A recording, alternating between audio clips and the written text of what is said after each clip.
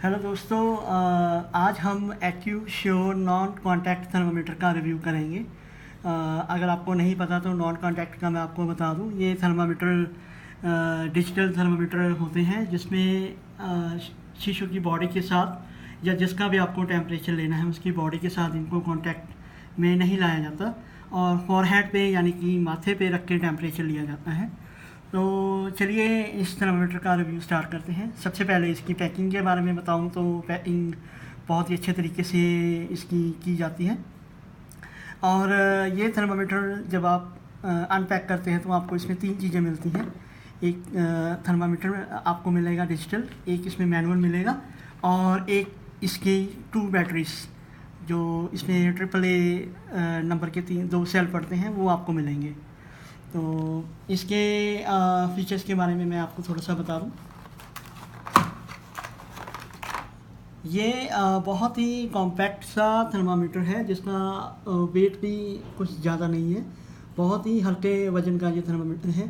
तो इससे आपको किसी तरीके का टेम्परेचर लेने में कोई परेशानी महसूस नहीं होगी।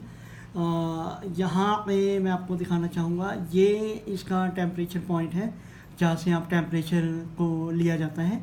इसको साफ़ रखना बहुत ज़रूरी होता है, लेकिन ध्यान रहे इसको आप किसी हार्ड ऑब्जेक्ट से साफ़ मत कीजिए। अगर आप इसमें गंदगी देखें तो इसको कॉटन के ईयरबड से आप साफ़ कर सकते हैं। और इस टेम्परेचर में जैसे मैंने आपको बताया 2 AAA सेल पड़ते हैं जो आपको यहाँ पे देखने को मिलेंगे। ये 2 सेल हैं इसमें, ये AAA सेल है। आप जब इनको देखेंगे तो आप समझ जाएंगे कि इन सेलों को किस डायरेक्शन में डालना है।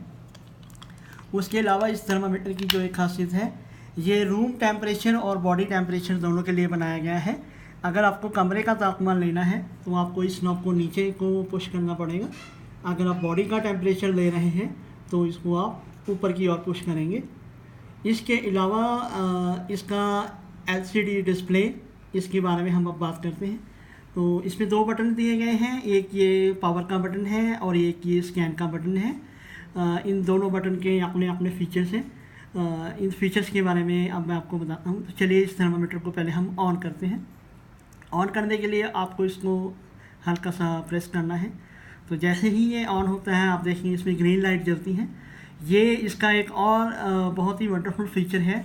अगर टेम्परेचर नॉर्मल होगा तो इसमें आपको ग्रीन लाइट में इंडिकेशन मिलेगी।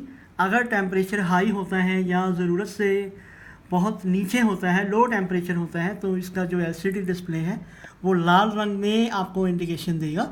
तो टेम्परेचर लेने के लिए आप देखेंगे कि जैसे ही आप इसको ऑन करते हैं तो यहाँ पे 3 आपको डैश नज़र आएंगे। इसका मतलब है कि आपका थर्मामीटर टेम्परेचर लेने के लिए अब तैयार है। जब आप इसको टेम्परेचर लेने के लिए आप तैयार हो तो इसको जिस भी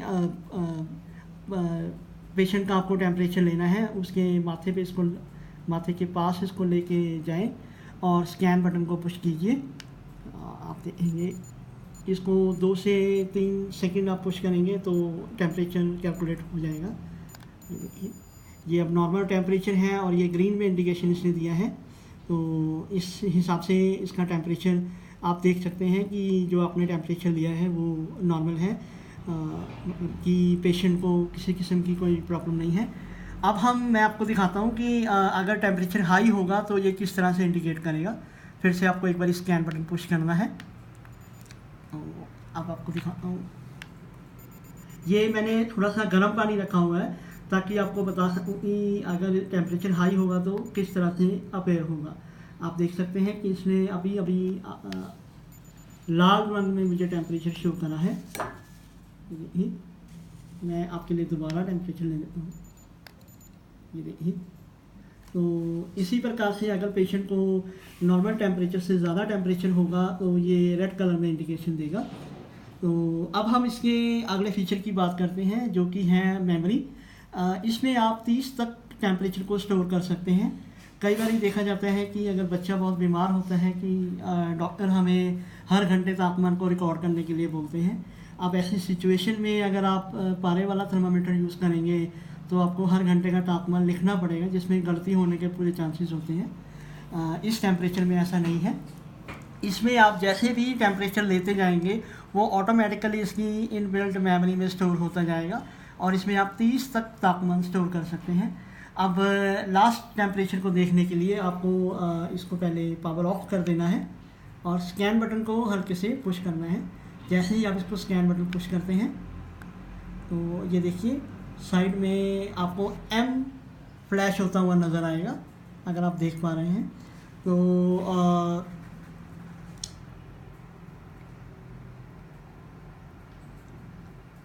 अब इसका टेम्परेचर चेक करने के लिए जैसे ही आपको ये M फ्लैशिंग में दिखेगा आपको स्कैन बटन दोबारा से पुश करना है। ये देखिए ये नंबर 1 दिखाया है, इसका मतलब कि जो अभी हाल ही में आपने टेम्परेचर लिया था वो 98.4 है। इसी तरह से ये नंबर 2 है, ये नंबर 3, ये नंबर 4, 5,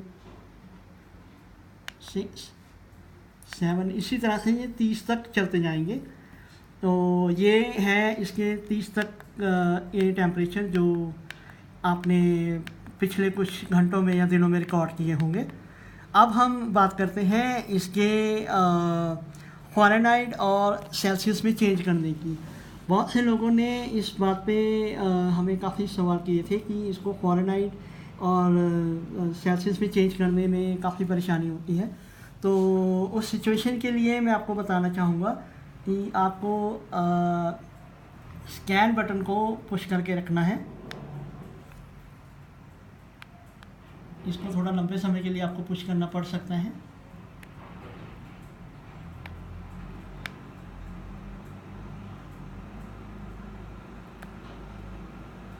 अब देखिए ये कॉर्नर में आपको सेल्सियस फ्लैश होता हुआ नज़र आएगा, अगर आप देख पा रहे हैं।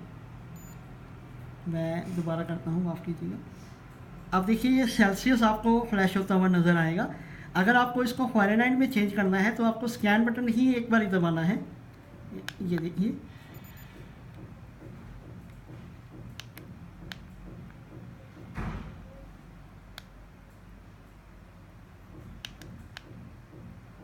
इसमें ये थोड़ी परेशानी भी मुझे लगी। अब देखिए ये सेल्सियस में ब्लिंक हो रहा है, तो ये देखिए अब ये फ़ारेनहाइट में चेंज है, ये सेल्सियस में। आपको जिस भी वैल्यू में टेम्परेचर कैलकुलेट करना है आप इसको वैसे चेंज कर सकते हैं। तो अब ये सेल्सियस में चेंज हो गया है। अगर आप फ़ारेनहाइट में टेम्परेचर चाहते हैं तो मैं आपको एक बार दोबारा बता दूं, स्कैन बटन को 5 से 10 सेकंड के लिए दबा के रखें, अपने आप ये ऑन होगा और आपको C फ्लैश होता हुआ नज़र आएगा। इसको आप स्कैन बटन दोबारा पुश कीजिए,